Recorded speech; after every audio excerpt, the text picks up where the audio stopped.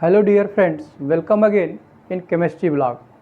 तो फ्रेंड्स, आज हम लोग देखेंगे क्लास 12th की केमिस्ट्री, जिसमें हम लोग पी ब्लॉक एलिमेंट्स हम लोगों ने स्टार्ट किया हुआ है और जिसका नेक्स्ट टॉपिक है आपका कंपाउंड्स ऑफ नाइट्रोजन। आज हम लोग देखेंगे about the compounds of nitrogen. तो सबसे पहला कंपाउंड है friends die nitrogen. Die nitrogen जिसको हम N2 लिखते हैं, N2 इसका सिंबल है। तो अगर हम डाई नाइट्रोजन को देखें तो इसका अकरेंस के बारे में आपको पता है। अकरेंस में से कहाँ पाया जाता है, तो सबसे ज़्यादा अमाउंट डाई नाइट्रोजन का जो कि 78% ये कहाँ पाया जाता है, इन द एटमॉस्फेयर। तो आपको पता है एटमॉस्फेयर में जो एयर है, एयर क्या है, it is a mixture of different gases जिसमें ऑक्सीजन, कार्बन डाइऑक्साइड और नाइट्रोजन। तो मेनली सबसे ज़्यादा अमाउंट किसका होता है, नाइट्रोजन का होता है in the atmosphere, in the air. इसके प्रिपरेशन की बात करें तो प्रिपरेशन सबसे पहले हम लोग देखते हैं कॉमर्शियल प्रिपरेशन। तो डाई नाइट्रोजन का कॉमर्शियल प्रिपरेशन अगर हमको करना हुआ, मीन्स लार्ज स्केल पर अगर हमको प्रिपेयर करना है डाई नाइट्रोजन को, तो हम कहाँ से लेंगे, तो इसका मेन सोर्स यही एटमॉस्फेयर से ही लेते हैं, मीन्स एयर में, क्योंकि 78% मीन्स सबसे ज़्यादा अमाउंट नाइट्रोजन का एयर में है। अगर हमको लार्ज स्केल पर इसका प्रिपरेशन करना है तो हम कहाँ से लेंगे, एयर से ही लेंगे। तो एयर को लेते हैं, एयर का क्या करा देंगे हम लोग, लिक्विफिकेशन कराते हैं बाय कूलिंग, कूल करके उसका लिक्विफिकेशन कराएंगे। तो जो एयर है वो लिक्विड में कन्वर्ट हो जाएगा, इस तरह से हमको लिक्विड एयर मिल जाएगा।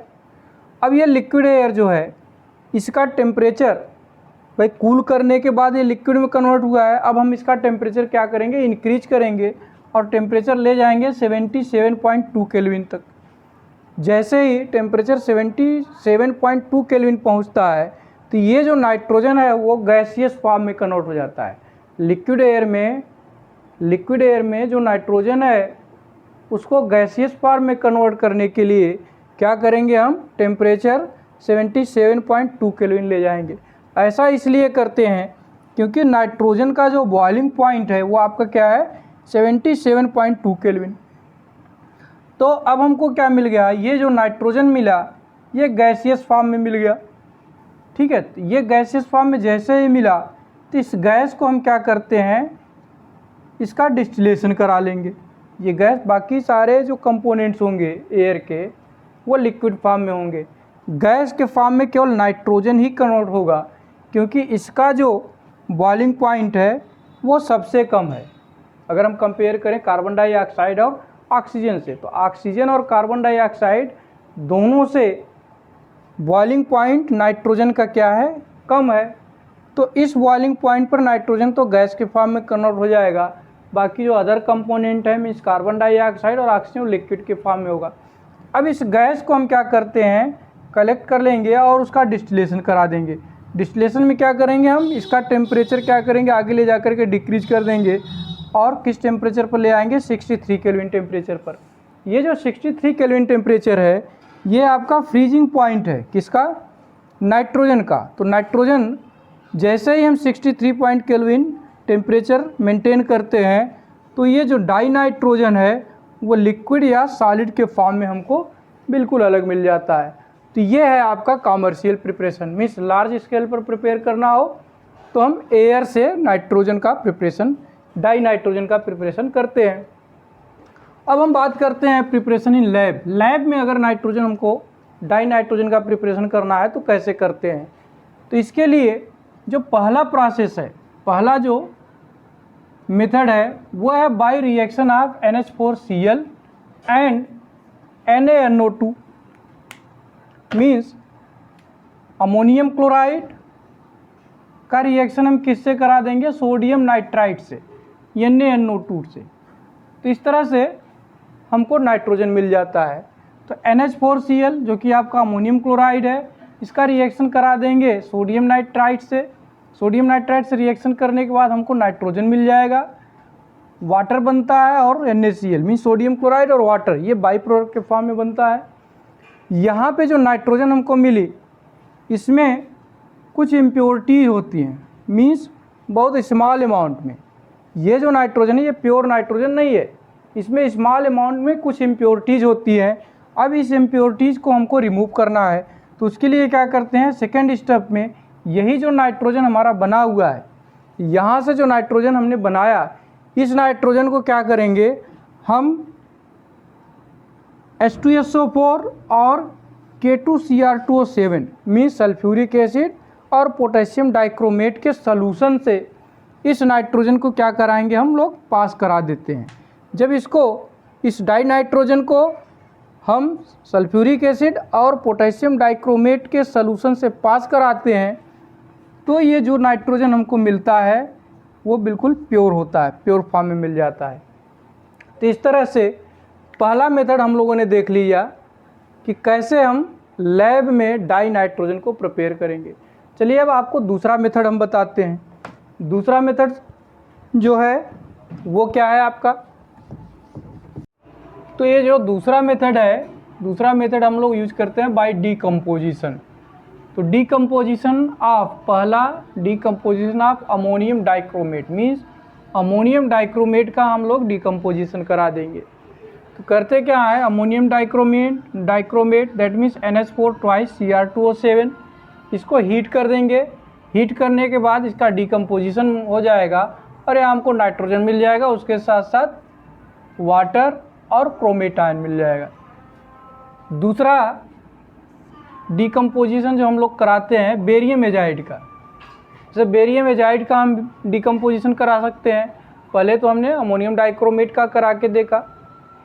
अगर हमको डाई नाइट्रोजन का फॉर्मेशन करना है तो हम बेरियम एजाइड का भी डीकम्पोजिशन करा सकते हैं। तो barium azide means BaNe3 twice, इसको हीट कर देंगे तो ये जो बेरियम एजाइड है वो डिकम्पोज होकर बेरियम बना लेता है, उसके साथ साथ हमको डाई नाइट्रोजन गैस के फॉर्म में मिल जाएगा।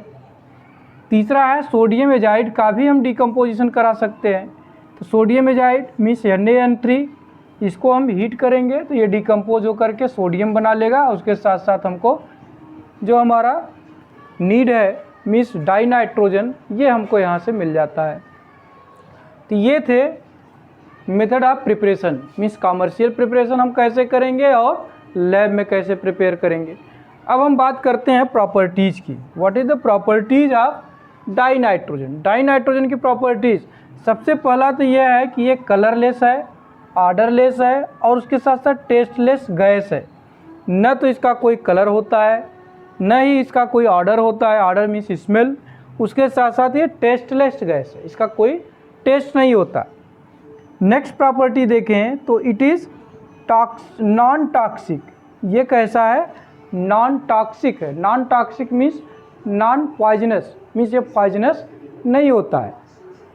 थर्ड प्रॉपर्टीज़ की देखें तो इट हैज़ 2 स्टेबल आइसोटोप्स। इसके 2 स्टेबल आइसोटोप्स हैं, एक है आपका N14 और दूसरा है N15। तो डाई नाइट्रोजन या नाइट्रोजन के 2 स्टेबल आइसोटोप्स हैं, एक है N14 और दूसरा है आपका N15। नेक्स्ट प्रॉपर्टी की बात करें तो it is less soluble in water. Water में बहुत ही कम मात्रा में ये सॉल्युबल होता है, डिजॉल्व बहुत कम अमाउंट में होता है। और होता कितना है, 23.2 क्यूबिक सेंटीमीटर पर litre of water. Means 1 litre water में ये कितना डिजॉल्व होगा, ओनली 23.2 क्यूबिक सेंटीमीटर। और जो टेम्परेचर होगा वो 273 टेम्परेचर और 1 बार प्रेशर। मीन्स अगर हम 270 केल्विन टेम्परेचर और 1 बार प्रेशर पर डाई नाइट्रोजन को वाटर में डिजॉल्व करें तो 23.2 क्यूबिक सेंटीमीटर पर लीटर ऑफ वाटर ये डिजॉल्व होगा। मीन्स बहुत ही स्मॉल अमाउंट में वाटर में सॉल्युबल होता है। नेक्स्ट प्रॉपर्टी की बात करें तो आपको मैंने पहले ही बताया है कि इसका बॉइलिंग पॉइंट और फ्रीजिंग पॉइंट काफ़ी कम होता है। Means it has low boiling point and freezing point. तो बॉइलिंग पॉइंट मैंने आपको पहले भी बताया था कितना होता है, 77.2 केल्विन, और फ्रीजिंग पॉइंट कितना है, ये 63 केल्विन है। नेक्स्ट देखें, नेक्स्ट प्रॉपर्टी तो क्या है, it is inert at room temperature. Means room temperature पे क्या है, ये डाई नाइट्रोजन इनर्ट है, किसी से भी रिएक्शन नहीं करता है, इनर्ट रहता है। But it react at high temperature. Temperature को अगर बढ़ा दिया जाए तो यही डाई नाइट्रोजन मेटल से भी रिएक्ट करेगा, मेटल से भी, उसके साथ साथ नॉन मेटल से भी रिएक्ट करेगा। तो मेटल से जब रिएक्ट करेगा तो फ्रेंड्स क्या बनाएगा, मेटल से डाई नाइट्रोजन जब रिएक्ट करेगा तो ये मेटल नाइट्राइड का फॉर्मेशन करता है। लेकिन ये जो मेटल नाइट्राइड है ये कैसा कंपाउंड है, ये आयनिक कंपाउंड है। मीन्स आयनिक मेटल नाइट्राइड का फॉर्मेशन करेगा जब ये मेटल से रिएक्ट करेगा। लेकिन जैसे ही ये नॉन मेटल से रिएक्ट करता है तो ये कौन सा कंपाउंड बनेगा, कोवैलेंट मेटल नाइट्राइड का फॉर्मेशन करता है। मीन्स जो मेटल नाइट्राइड बनेगा वो कैसा होगा, कोवैलेंट इन नेचर होगा। तो मेटल नाइट्राइड जब नॉन मेटल से रिएक्ट करेगा तो कोवैलेंट मेटल नाइट्राइड बनाएगा, और मेटल से जब रिएक्ट करेगा नाइट्रोजन, डाई नाइट्रोजन, तो ये आयनिक कंपाउंड का फॉर्मेशन करता है। जैसे लिथियम है, लिथियम से अगर हम नाइट्रोजन को रिएक्ट कराएं तो ये लिथियम नाइट्राइड का फॉर्मेशन करता है। मीन्स Li + N2 = Li3n, ये आपका लिथियम नाइट्राइड है। इसी तरह से अगर हम मैग्नीशियम से इसका रिएक्ट करा दें नाइट्रोजन को, डाई नाइट्रोजन को, तो क्या बनाएगा, Mg3n2, मीन्स मैग्नीशियम नाइट्राइड। ये मैग्नीशियम नाइट्राइड का फॉर्मेशन कर लेता है। सबसे इम्पॉर्टेंट जो रिएक्शन है इसका कि एट 773 केल्विन टेम्परेचर, इतना टेम्परेचर हम रख दें तो ये हाइड्रोजन से कंबाइन करके अमोनिया का फॉर्मेशन कर लेता है। लेकिन इसके लिए हमको कैटालिस्ट की ज़रूरत पड़ती है, इन प्रेजेंस ऑफ कैटालिस्ट। ये रिएक्शन कब होता है, इसके लिए कंडीशन है कि कैटालिस्ट की उपस्थिति जरूरी है। तो die nitrogen means N2 react with H2 at 773 Kelvin temperature to give ammonia। और इसमें जो आयरन है, ये आयरन कैटालिस्ट का काम करता है। कैटालिस्ट, ये finally divided iron means iron powder को हम लोग यूज करते हैं एज कैटालिस्ट। और मॉलिब्डेनम इसको लेते हैं एज अ प्रमोटर। ये क्या है आपका, प्रमोटर। मीन्स आयरन कैटालिस्ट और मॉलिब्डेनम प्रमोटर का काम करता है। इन दोनों की उपस्थिति में नाइट्रोजन हाइड्रोजन से रिएक्ट करके क्या बनाएगा, अमोनिया बना लेता है। तो बहुत लार्ज स्केल पर इस रिएक्शन का, इस मेथड का यूज किया जाता है for the production of ammonia, और इसी को हम बोलते हैं हाबर्स प्रोसेस। ये हाबर्स प्रोसेस के नाम से जाना जाता है। नेक्स्ट और लास्ट इसकी प्रॉपर्टी जो है वो ये है कि एट 2000 केल्विन पर डाई नाइट्रोजन ऑक्सीजन से कंबाइन कर लेता है और नया कंपाउंड बनाता है नाइट्रिक ऑक्साइड, NO का formation. Means N2 + O2 at very high temperature, that is 2000 kelvin temperature, it gives NO means nitric oxide. तो यहाँ तक स्टूडेंट, डियर फ्रेंड्स, यहाँ तक हो गया कि हम लोगों ने नाइट्रोजन की प्रॉपर्टीज़ को भी देख लिया। प्रॉपर्टीज़ के बाद लास्ट जो टॉपिक है डाई नाइट्रोजन के लिए वो है इसका यूज। तो चलिए हम लोग देख लेते हैं इसका यूजेज। डाई नाइट्रोजन का यूज अगर हम देखें तो सबसे पहला यूज है इन मैन्युफैक्चर ऑफ अमोनिया। अमोनिया के मैन्युफैक्चरिंग के लिए या प्रोडक्शन के लिए सबसे ज़्यादा यूज डाई नाइट्रोजन का होता है, जो कि बहुत इंपॉर्टेंट है, जिसको मैंने आपको बताया था कि इसको हम बोलते हैं हाबर्स प्रोसेस। तो हाबर्स प्रोसेस से जो अमोनिया का मैन्युफैक्चरिंग किया जाता है उसमें डाई नाइट्रोजन का यूज़ सबसे ज़्यादा होता है और ये बहुत ही इम्पॉर्टेंट रिएक्शन है। दूसरा है इन मैन्युफैक्चर ऑफ इंडस्ट्रियल केमिकल्स।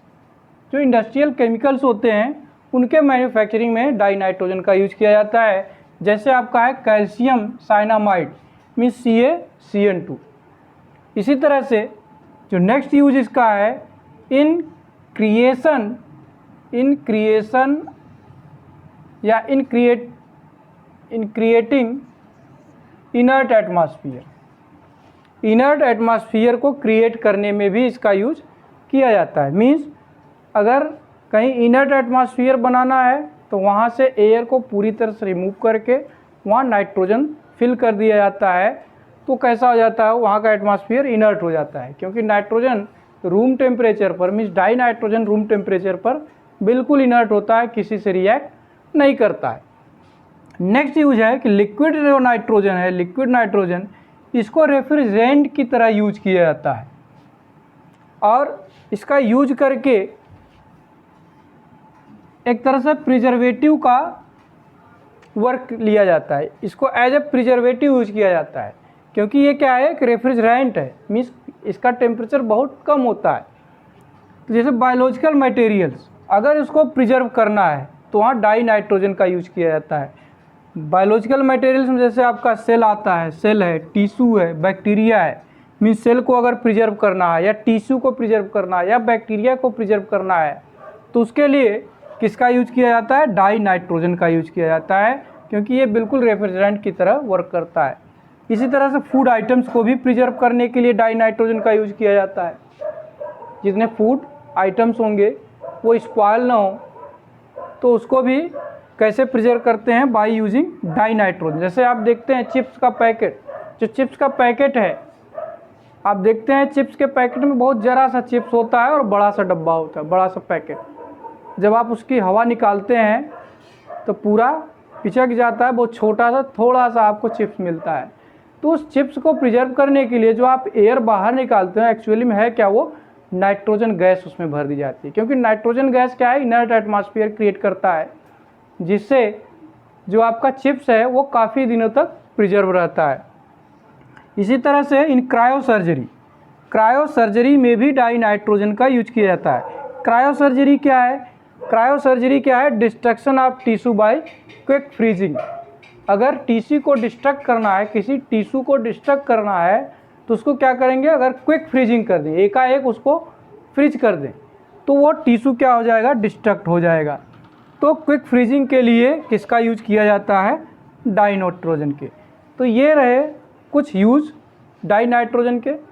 तो डियर फ्रेंड्स, उम्मीद करता हूँ कि आप लोगों को वीडियो अच्छा लगा होगा और डाई नाइट्रोजन के बारे में जितनी जानकारी देनी थी मैंने आपको दे दिया है और आपको अच्छी तरह से समझ में भी आ गया होगा। तो आज के लिए बस हम लोग इतना ही पढ़ते हैं। डाई नाइट्रोजन आपका यहाँ समाप्त होता है। अब हम लोग नेक्स्ट कंपाउंड की बात करेंगे, नाइट्रोजन के नेक्स्ट कंपाउंड की बात हम लोग देखेंगे नेक्स्ट वीडियो में। तब तक के लिए धन्यवाद। अगर आपको वीडियो अच्छा लगा हो तो लाइक और सब्सक्राइब ज़रूर कर दीजिएगा। फिर मिलते हैं नेक्स्ट वीडियो में।